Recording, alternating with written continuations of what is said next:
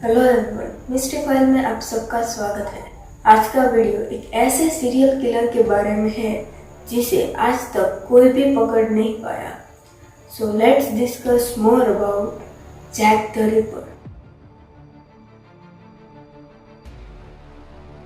अगस्त और नवंबर में जैक द रिपर एक अनआइडेंटिफाइड किलर था जो 1888 में लंदन के गरीब डिस्ट्रिक्ट व्हाइट चैपल और उसके आसपास एक्टिव था। इस किलर को व्हाइट चैपल मर्डरर और लेदर एप्रन भी कहा गया है। सिर्फ 3 महीनों में जैक द रिपर ने 5 मर्डर किए थे। जैक द रिपर ने आमतौर पर कॉल गर्ल्स के रूप में काम करने वाली फीमेल्स को अपना टारगेट बनाया था, जो लंदन के ईस्ट एंड के स्लम्स एरिया में काम करती और रहती थी। जैक द रिपर ये नाम एक व्यक्ति ने अपने आप को मर्डरर होने का दावा करते हुए लिखे गए लेटर डियर बॉस में इस नाम का जिक्र किया था। हालांकि ये लेटर फेक था और कहा जाता है कि रिपोर्टर्स के द्वारा अपनी कहानी में इंटरेस्ट बढ़ाने के लिए ये लेटर लिखा गया होगा, लेकिन इस लेटर के बाद से ही जैक द रिपर नाम काफी फेमस हो गया था।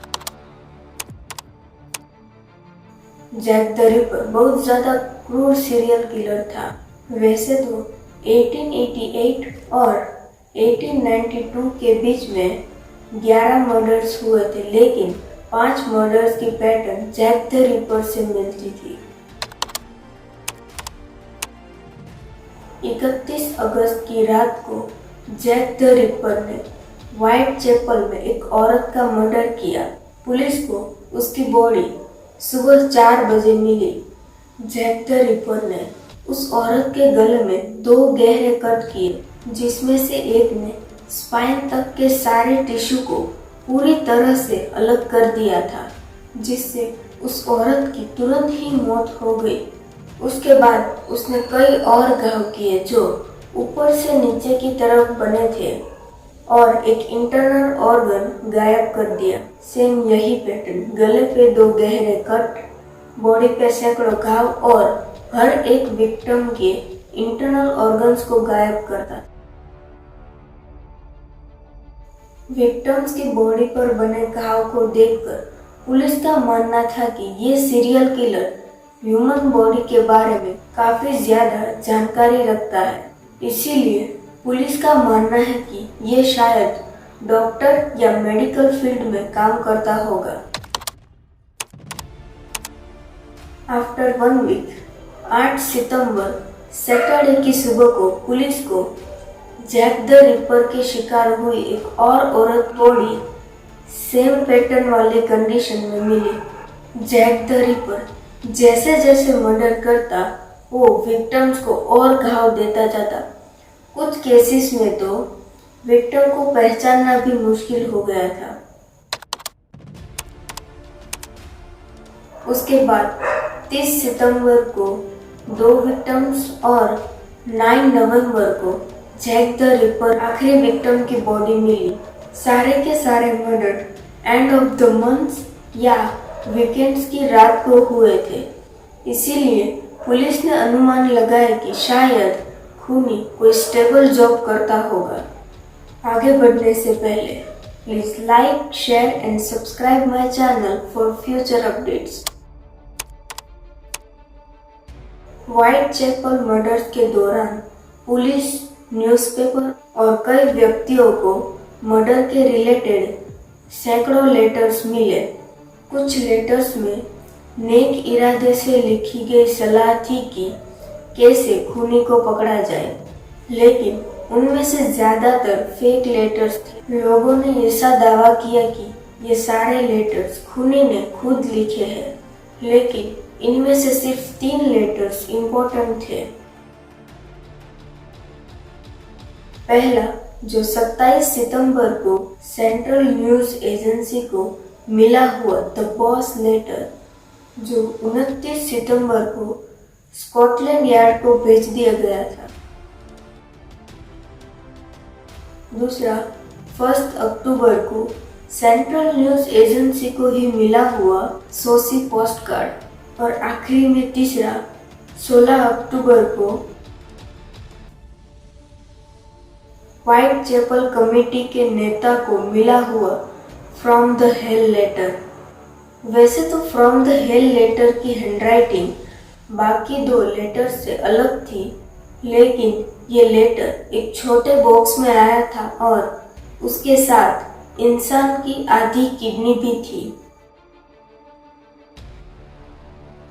पुलिस इन्वेस्टिगेशन के बाद पता चला कि उस 5 विक्टिम में से एक औरत की किडनी गायब थी, तो हो सकता है कि ये किडनी उसी औरत की और ये लेटर जैक द रिपर ने लिखा हो। इन्वेस्टिगेशन के दौरान सबसे पहले कसाई, सर्जन और मेडिकल फील्ड से जुड़े हुए और लोगों पर शक किया गया, क्योंकि मर्डर करने के तरीके से ऐसा लगता है कि खूनी की पकड़ नाइफ के साथ काफी अच्छी थी। उसे पता था कि कैसे कट करने से विक्टिम की मौत जल्दी होगी। क्वीन विक्टोरिया और कुछ समकालीन हस्तियों का मानना था कि मर्डर की पैटर्न से ऐसा लगता था कि खूनी लंदन या मेनलैंड यूरोप के बीच में चलने वाली मवेशी बोट्स में से कोई कसाई या मवेशी होगा, क्योंकि व्हाइट चैपल लंदन के डॉकयार्ड से काफी करीब था। यूजुअली ऐसी बोट्स गुरुवार या शुक्रवार को आती थी और शनिवार या रविवार को वापस चली जाती थी। पुलिस ने मवेशी बोट्स के बारे में इंफॉर्मेशन निकाली, लेकिन जिस डेट को मर्डर हुए थे उस डेट से मेल खाती कोई बोट्स के बारे में पता नहीं चला। कुछ वक्त बाद पुलिस ने एक बार्बर को अरेस्ट किया, क्योंकि हर एक मर्डर के वक्त उसे क्राइम स्पॉट पर देखा गया था, लेकिन उसके अगेंस्ट कोई कॉन्क्रीट एविडेंस नहीं मिला।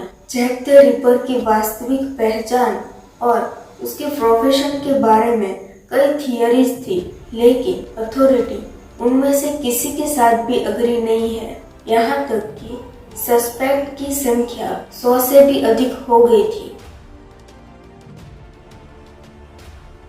इस सब के बाद भी जैक द रिपर कौन है ये किसी को नहीं पता, और ये सारे मर्डर करने के पीछे उसका मोटिव भी पता नहीं चला है। कुछ लोगों का मानना है कि जैक द रिपर फीमेल से, खास करके उस फीमेल से जो कॉल गर्ल्स के रूप में काम करती थी, उससे वो सख्त नफरत करता था। लेकिन वो इंटरनल ऑर्गन्स अपने साथ क्यों ले जाता था, ये किसी को नहीं पता चला।